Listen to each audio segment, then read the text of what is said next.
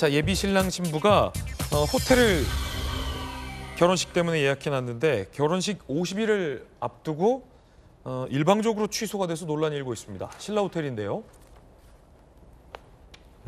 일륜지 대사 결혼식 11월 2일 예정이었는데 정부 공식 요청으로 호텔로부터 갑작스러운 취소 연락을 받았다라고 밝힌 겁니다.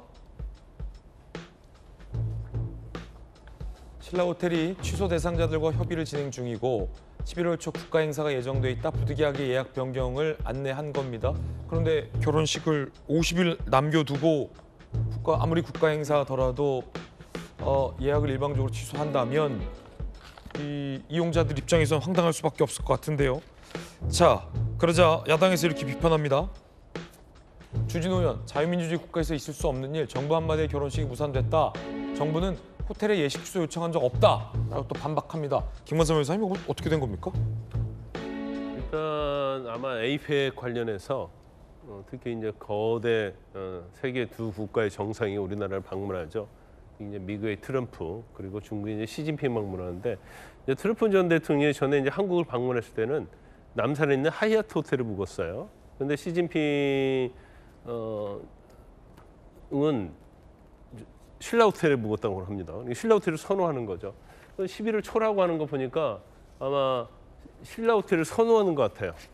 그러면 결과적으로 국가에서 요청을 하는데 국가에서 요청을 했는데 결혼식 취소를 요청한 적이 없다. 이건 이제 말이 어폐가 있죠.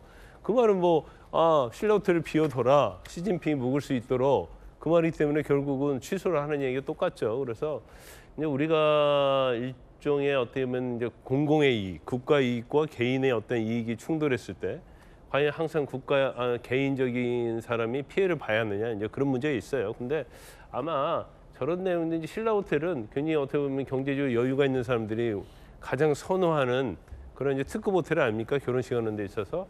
그래서 아마 계약서에도 저런 내용이 명기돼 있을 겁니다. 그렇군요. 그러면 이제 어쩔 수 없이 해줘야 하는데 어떻게 보면 개인 입장에서 보면 하필 자기 결혼식을 50일 앞두고 취소를 한다 보니까 정말로 이건 굉장히 힘든 측면이 좀 있죠. 그래서 여러 가지 스튜디오랄지 그다음에 메이크업이랄지 야외 촬영이랄지 그다음에 신혼여행 갈 때 이제 항공권이랄지 이런 것에서 이제 위약금 문제가 발생할 수 있거든요. 그래서 이 문제를 어떻게 할 것이냐. 근데 실질적으로 계약서에 명기돼 있다고 한다면 신라 호텔에서 이걸 배상해 줄 근거는 없어요.